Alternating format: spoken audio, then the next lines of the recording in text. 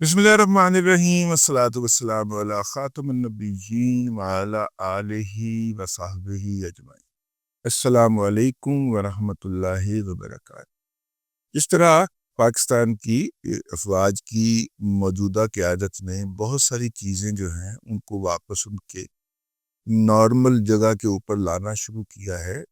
उसी तरह ही हमें इस वक्त नज़र आ रहा है कि वो चाह रहे हैं कि ये जो हर वक्त पाकिस्तान के फ़ौज के तर्जुमान अदारे इंटर सर्विसेज पब्लिक रिलेशन का जो बॉस होता था या जो डीजी होता था वो कैमरे के सामने बैठा रहता था। इकोनॉमी हो तो उसने बताना होती थी और जंग हो तो उन्होंने ब्रीफिंग देना होती थी। फ़ौज ने उससे अपने आप को पीछे किया और पीछे करके उन्होंने कहा है कि ये वज़न या ये ज़िम्मेदारी मुंतखब हुकूमत की है कि वो अवाम को एतमाद में ले और आलमी सतह के ऊपर जो भी पाकिस्तान के ऊपर जंग जिस तरह की भी मुसल्लत की जाती है वो उसका जवाब दे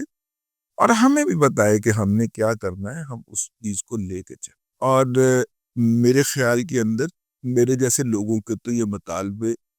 के ऐन मुताबिक है ना कि आप जो हैं वो अल्टीमेट और फाइनल ट्रीटमेंट होने चाहिए और उससे पहले हल्की फुल्की ट्रीटमेंट ही होनी चाहिए ना। यहाँ पे तो कोई डॉक्टर के पास चले जाए ना, अताई डॉक्टर के पास, तो वो भी पहले दवाइयाँ देता है, ठीक है, सीधा टीका नहीं ठोकता। तो लिहाजा आप तो स्टीराइड हैं भाई, स्टीराइड तो डॉक्टर आखिर में जाकर देता है जब मरीज की जान के लाले पड़े हो। यहाँ पे स्टीराइड पहले इंजेक्शन के साथ ही अंदर, तो फिर कौन का जो हाल हुआ है वो आपको पता है। तो मेरा ख्याल है कि इस बात को अप्रिशिएट होना चाहिए। पाकिस्तान ने जो भारत के साथ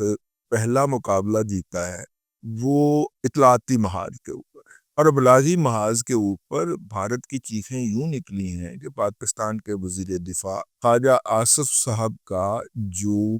ट्विटर हैंडल है वो भी इंडिया में बैन कर दिया गया है। पाकिस्तान के मीडिया आउटलेट जो हैं जो कि जंगी जनून नहीं पैदा कर रहे, जो कि उनको करना चाहिए, पाकिस्तान का प्राइवेट मीडिया चले, सरकारी मीडिया तो आप कहेंगे जी इंडिया के सरकारी मीडिया के जवाब के अंदर पाकिस्तान टेलीविजन कॉर्पोरेशन जो है उसके तमाम अदारे जो हैं जो आप दे रहे हैं, चले वो तो इंडिया के अंदर बैन कर दिया जाए। पाकिस्तान के प्राइवेट टीवी चैनल्स के न्यूज़ जो कि मैं फिर कह रहा हूँ कि बहुत ज़्यादा पाकिस्तान की साइड नहीं ले रहे, क्योंकि वहाँ पे बैठे हुए इमरानुओं का ख्याल है कि हमें इस जंग के अंदर न्यूट्रल हो जाना चाहिए। मतलब इस वक्त वही इमरानडू है ना जिनको काबज करवाया गया हुआ है पाकिस्तान की मतलब के मुख्तलिफ अदारों के अंदर रिश्तेदारियों के बायस वही बैठे हुए हैं ना, किसी के चाचू या किसी के मामू या किसी के हस्बैंड या किसी के भाई जो है वो आला ओहदे पे थे तो वो टीवी के ऊपर एंकर बन गए, तो डायरेक्टर न्यूज लग गए, ये हो गया, तो वो यही है ना। तो ऐसी सूरत के अंदर वो भी पाकिस्तान का प्राइवेट मीडिया जो है तकरीबन न्यूट्रल खेल रहा है। यहाँ पे टीवी के ऊपर जो 7 बजे के प्रोग्राम है उनके अंदर 3 टॉपिक्स लिए जाएं अगर डिस्कशन के लिए, तो एक पाक भारत कशीदगी होता है। और कल तो माशाल्लाह 8 बजे के प्रोग्राम में वो भी नहीं था, ठीक है ना। और मेरा मतलब है कि बेशतर टीवी चैनल्स के ऊपर भारत के साथ कशीदगी करंट अफेयर के प्रोग्रामों के अंदर मौजूद गुफ्तगू नहीं होती, लेकिन बहरहाल इंडिया ने उनको भी पाबंदी लगा दी, उनके जो वेबसाइट्स थी वो इंडिया के अंदर नहीं खोली जा सकती। ओके, लेकिन ये जो इंफॉर्मेशन ऑपरेशन हुआ है, देखिए पीटीआई डट के भारत के साथ खड़ी है। पीटीआई के एजेंट, सरप्रस्त, उसके पालतू और उसके लिए पालक जितने भी सिविल एडमिनिस्ट्रेशन के अंदर, अस्करी इंतजामिया के अंदर बैठे हुए हैं, वो अंदर से बैठ के चौथे के दिन ये बात बिखेर देते हैं कि पीटीआई जो है वो हुकूमत के साथ खड़ी हो गई है। माई फुट, अगर वो हुकूमत के साथ खड़ी होती तो ये फलक जवेद को गिरफ्तार ना करना पड़ता, वो जिस तरह भौंक रही थी वो। यानी जंग के वक्त आप अपनी फौज के ऊपर भौंकना शुरू कर दें। मेरा मतलब है कि भारत ने जब बम मारना है तो मतलब उस बम ने जगह छोड़ दी कि ये फलक जवेद का घर है, ये या मियां अजहर का घर है, इसको छोड़ दिया जाए, या ये जमान पार्क है इसको छोड़ दिया जाए। कोई अकल बात मारो, कुछ शर्म करो। लेकिन ये तो बंदा उनको कहे ना, किसी इंसान के अंदर कोई एहसास हो, जो ज़हनी तौर पे मऊफ है, जिनके ज़हनों के अंदर गोबर भरा हुआ है, जो गलाजगी का जो गलाजत का गंदगी का मुजस्समा है, उनसे बंदा क्या कहे। लेकिन ان تمام عناصر کے باوجود اگر ایک انفارمیشن آپریشن ہوا ہے، بھارت نے جو بکواس کی ہے اس کی بکواس کا جواب دیا، محمد عظیم بٹ سے لے کے محمد العرابی تک سب نے گھس کے مار، اور اب تو بھارت کو پابندی لگانی پڑ گئی کہ پاکستان سے کوئی تبصرہ بگاڑ نہ لیا جائے۔ اور یہ محمد عظیم جو ہے اس کو ہمارے اداروں نے باقاعدہ اٹھا کے عظیم بٹ جو ہے اس کو باقاعدہ اٹھا کے اداروں نے پھینٹے لگائی ہوئی ہیں 2-3 بار، ٹھیک ہے نا۔ انرجیٹک میزائل تھا نا، ادھر تو منہ ہو گیا، تو وہ چھوڑیاں ساڑ رہا دشمن کی اس وقت ساڑ کے آتا ہے، اور اب باقاعدہ پابندی لگانا پڑ گئی کہ ان کو نہیں لینا بھائی، پاکستان سے کوئی نہیں لینا، پھر کس کو لینا پاکستان سے لیں، پی ٹی آئی کے یوتھڑ لینا شروع کریں، اور وہ بھی لندن کے بادی عادل راجد کو لینا شروع کریں، مطلب اس طرح کے نمونوں کو لینا شروع کریں جو ہمیں پالتو رکھے ہوئے ہیں وہاں، جن کو ہم ماہانہ منتھلی ادا کرتے ہیں، ان پالتوؤں کو رکھیں، اور یہ جو پاکستان کا نقطہ نظر بیان کرتے ہیں یا ہماری زبان کے اندر ہمیں جواب دیتے ہیں، اور یہ اعتراف شکست ہے بھارت کی طرف سے کہ اس نے پاکستان کی شخصیات سر کا تو پھر ذکر ہی کوئی نہیں نا جی۔ ہمارا چینل کیا بھیجتے ہیں، مطلب کہ جو یوتھروں کے چینل بھیجتے ہیں، بھئی اگر پابندی لگنی چاہیے تھی تو بڑے بڑے چینلز پہ پابندی لگنی چاہیے تھی، لیکن وہ تو بھارتی پرسپیکٹو بیان کرنے ہیں، عمران ریاض سے لے کے محیط پیر زیادہ تو اتنا غلیظ ثابت ہوا ہے کہ اس شخص کو اوارڈ دینا چاہیے جو آئی ایس ٹی آر کے کھاتے سے اس کو، ویسے میری ان کے ساتھ سیز فائر ہے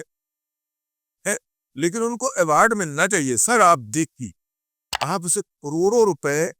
گلوبل ویلیج سپیس نامی فراڈ کی شکل کے اندر دے رہے ہیں،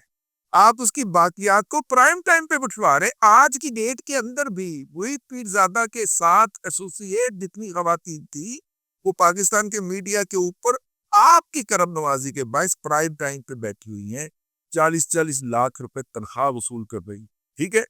اور وہ کیا کر رہا ہے؟ سر میرا مطلب ہے کہ میرے پیارے اللہ بھی ہے،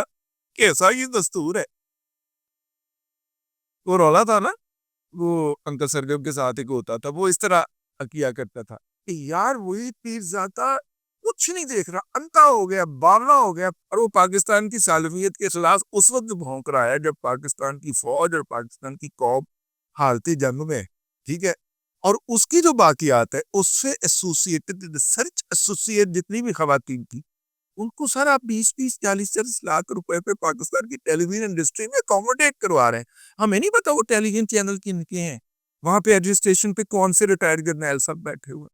ٹھیک ہے نا، تو وہاں پہ آپ ان کو اکوموڈیٹ کروا رہے ہیں، کمال ہو گیا۔ دیکھیے جو انفارمیشن آپریشن ہوا ہے، میں اس کے اوپر وہ جو ہے نا وہ بے سر و سامانی کا وہی عالم تھا جو غزوہ بدر میں تھا، ہاں چند نیزے تھے، چند تلواریں تھی، چند ڈالیں تھی، اور ایک دو ضلع بہتر تھے، بس،